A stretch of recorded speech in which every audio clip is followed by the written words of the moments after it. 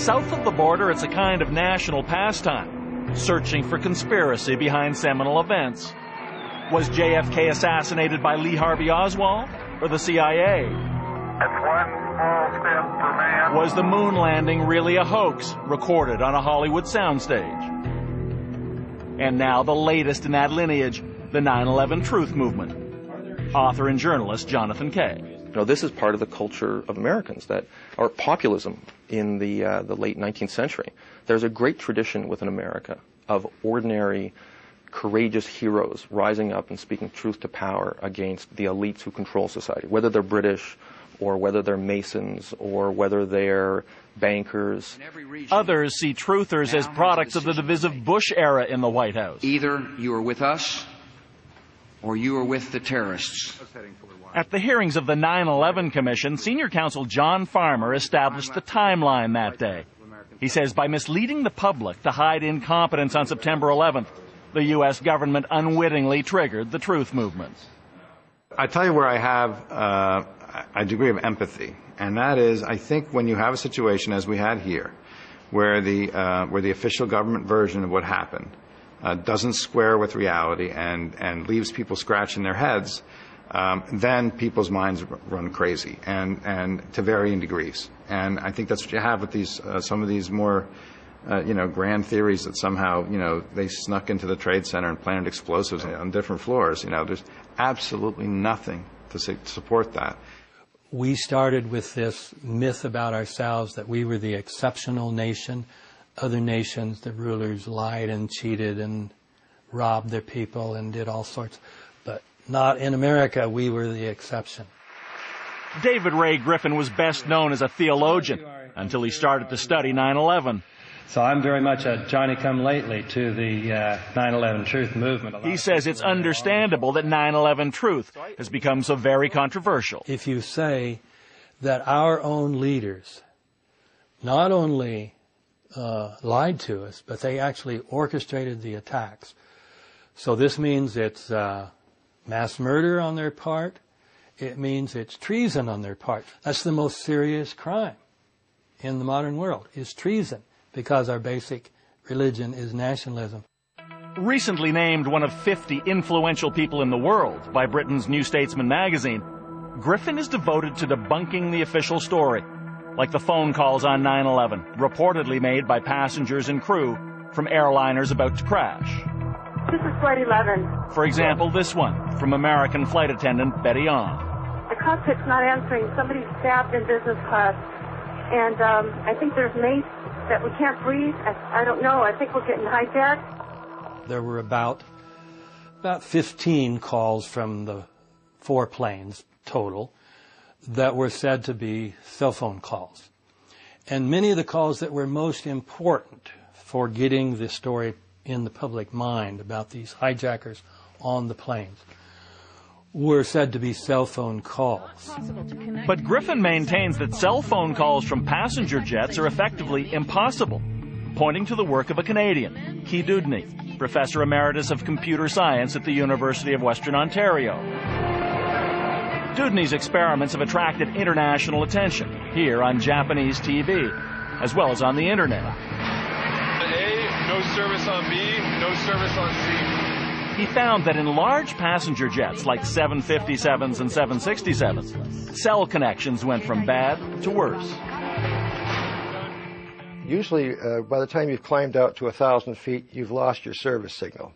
That's in a heavy commercial passenger aircraft. So that is the result of far more metal, especially steel in the engines, cutting back the signal and making it impossible. So when that thing gets up to 30,000, I just say, forget it. It can't happen. And there's general agreement on that. Professor Dudney insists the only conclusion is that the reported 9/11 cell phone calls were faked. And if that's true, he says, it's logical that even the calls from seatback airphones, which do work at altitude, were falsified too. Hi, baby. Baby, you have to listen to me carefully. I'm on a plane that's been hijacked. I'm on the plane. I'm calling from the plane. I want to tell you I love you. Please. One of the calls, Cece Lyle saying goodbye to her husband before United 93 crashed in Pennsylvania. I don't know what to say. There's 3 guys. They've hijacked the plane. I'm trying to be calm. 350. There are also recordings of chaos in the cockpit as controllers desperately try to reach United 93. Negative contact. We're looking. We're just answering your call. We did hear that yelling too. Okay, thank you. And confusion as the plane disappears from radar. There is now on the United 93. There is a report of black smoke in the last position I gave you, 15 miles south of Johnstown. From the airplane or from the ground? They're speculating it's from the aircraft. It hit the ground. That's what they're speculating. That's speculation only. Dudney insists it was all concocted by U.S. intelligence to sell the public on hijackings that didn't exist. From these calls and these calls alone, we have confirmation, quote unquote, that Arab terrorists wearing red bandanas and shouting religious slogans had taken over the aircraft. You can hear voices that it would certainly appear to be fearful, angry. Right. That's right. It's very easy, of course, to fake a radio message. I can make a radio transmission from anywhere with any kind of sound backdrop, sounds of scuffling. We have control of the plane. I hope to be able to see your face again, baby. But what about emotional messages like that from C.C. Lyles on United 93, which her husband has said was unquestionably heard? I love you. Bye. End of message. It's a terrific story. It's wonderful, and it helps to carry the claim that, in fact, that plane was hijacked actually by Arab hijackers. But sure, well, I have to say, I'm sorry, but that call was fake too. How do you know that? I don't. It has to be, though. Why does it have to be? Because the other calls were impossible.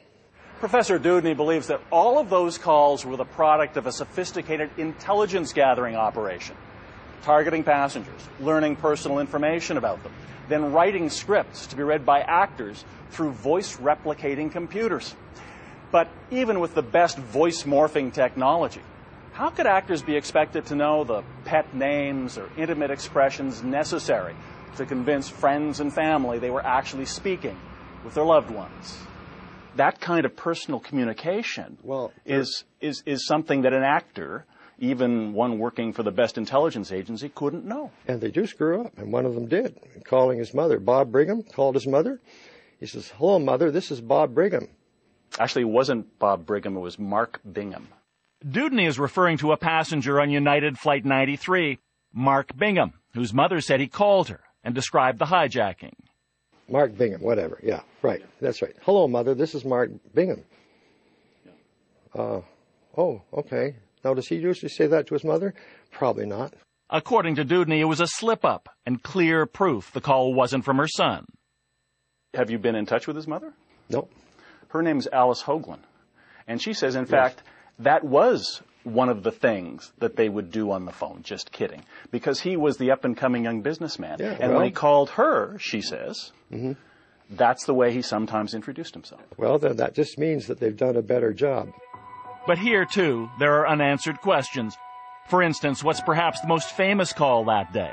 From television commentator Barbara Olson on board American Flight 77, headed to the Pentagon, to her husband Ted Olson, then Solicitor General of the U.S. He told CNN that she had called him that morning from Flight 77, called him twice, talked to him for about a minute each time. He was uncertain whether it was cell phone or seatback phone. He went back and forth. But he said she reported that there were hijackers on the planes, and they were armed with knives and box cutters. The only reported call that mentioned box cutters. So that shows you how important these calls from Barbara Olson were, because everybody knows the hijackers had box cutters. But that's another of those unresolved issues. Ted Olson told the FBI his wife phoned twice that morning, calls lasting about a minute apiece. But in a 9/11 court case, FBI evidence was that Barbara Olson attempted just one phone call from Flight 77, which lasted 0 seconds. You've only got two choices. Either Ted Olson was duped by fake calls, or he just made it up. He lied. Either way, the official story is based on a lie. And thus far, we have been unable to get a single newspaper or magazine or TV station in the United States to report this, which the FBI reported in 2006. So assume all of those alternative theories are true. The World Trade Center towers were brought down by controlled demolition. The Pentagon was hit not by a plane, but a missile or a bomb. United Airlines Flight 93 was shot down by the U.S. military. What would all of that really mean? How many people did it all involve? And how could such a necessarily vast conspiracy be kept secret for so long? They're questions the truth movement finds much more difficult to answer.